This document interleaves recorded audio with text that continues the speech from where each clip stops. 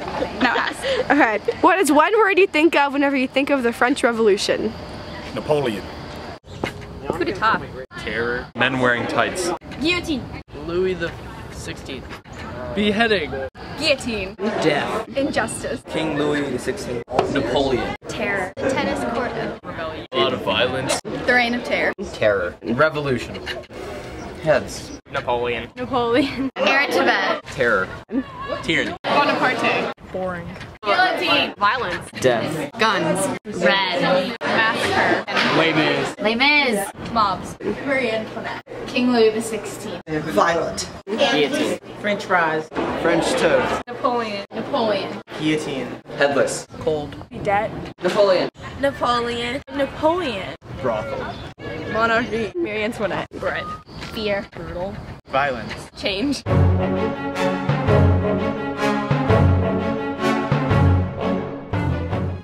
Ill will of the French came from unequal structure of government and society. This was called the Old Order, and it consisted of 3 estates, the lowest being the third. This was 97% of the population and had 3 groups. First was the bourgeoisie, next was the artisan and workers, and finally was the peasants. The next estate was the second estate, which was the nobility, and that was less than 2% of the population. Finally was the first estate, which was made up of the Roman Catholic clergy and 1% of population. King Louis XVI was a shy and indecisive ruler, but he was not cruel, and his wife Marie Antoinette was an Austrian, and she was very unpopular for being frivolous and self-indulgent. They were known for throwing lavish parties and eating expensive foods while their people suffered and starved.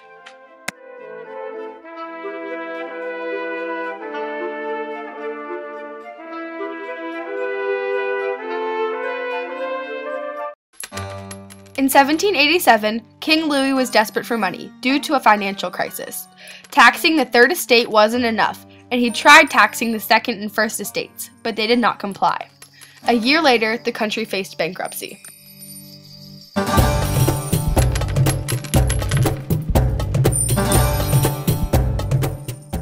By 1789, none of the estates were happy. The nobility urged King Louis to call the Estates General to practice to approve taxes that were going to be put on the third estate. The third estate wanted to change the voting process so they wouldn't have to be taxed, and they were then locked out of the meeting place. Enraged, they took the tennis court oath and promised not to leave until a constitution was written. On July 14, 1789, a mob of Parisians raided the Bastille for weapons.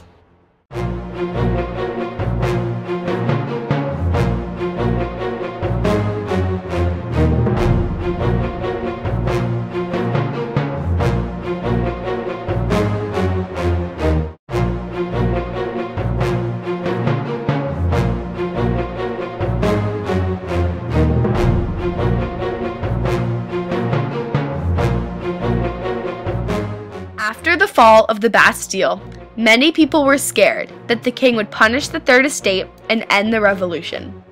Rumors spread that the king had hired foreign soldiers to punish the third estate. As a result, a panic that was called the Great Fear, that was made of fiction and fact, spread through France.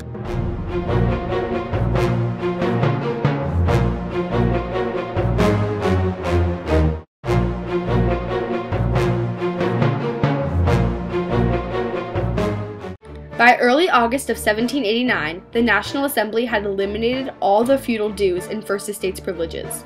And by late August of 1789, the National Assembly adopted the Declaration of the Rights of Man and of the Citizen.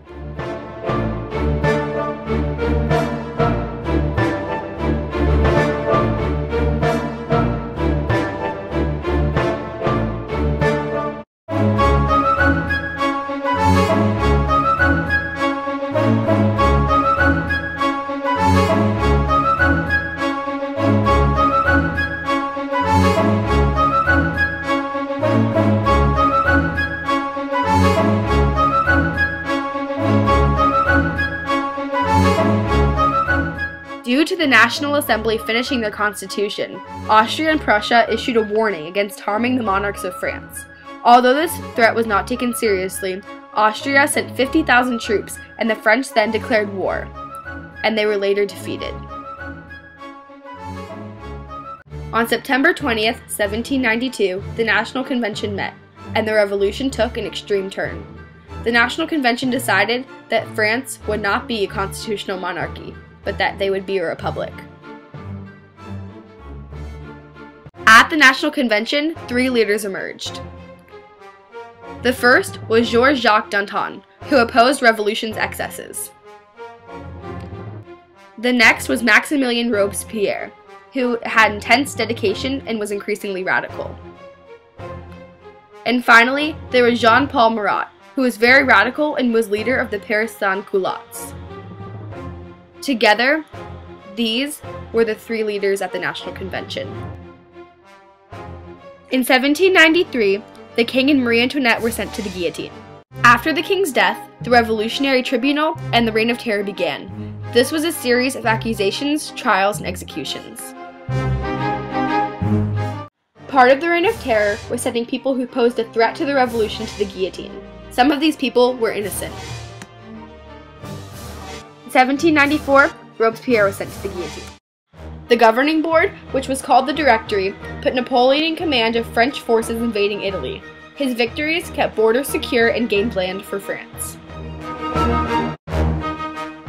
After his defeat in the Battle of the Nile, he covered up his loss by exaggerating his successes.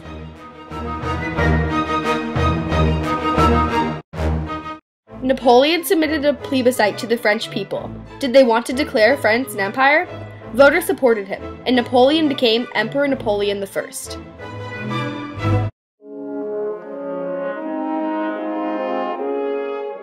Pope Pius VII was to crown Napoleon emperor, but when he went to crown him, Napoleon snatched the crown and placed it on his own head.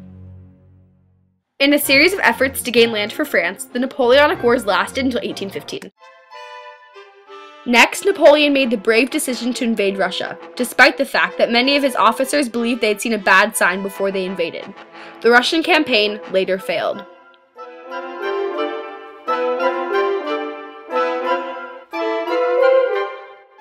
After his failure in Russia, Napoleon was exiled to an island called Elba. And on March 20th, a year later, he returned back to Paris, and was greeted by adoring crowds. This was the beginning of Napoleon's 100 days, but these good days soon ended on June 18, 1815 at the Battle of Waterloo, when the French were defeated.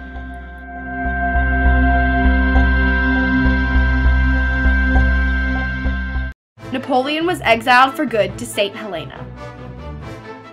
The Congress of Vienna met in 1815, and their main task was to restore order in Europe. One of their main objectives was to return France's borders to those of how they had been in 1792.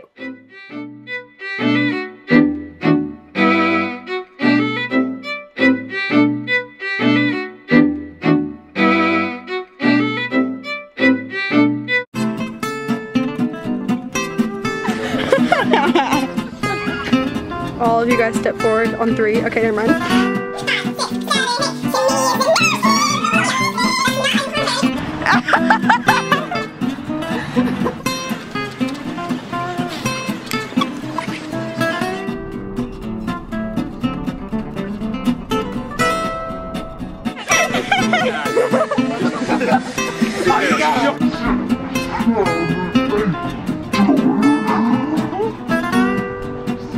Jump on, jump on, jump on, jump on, jump on.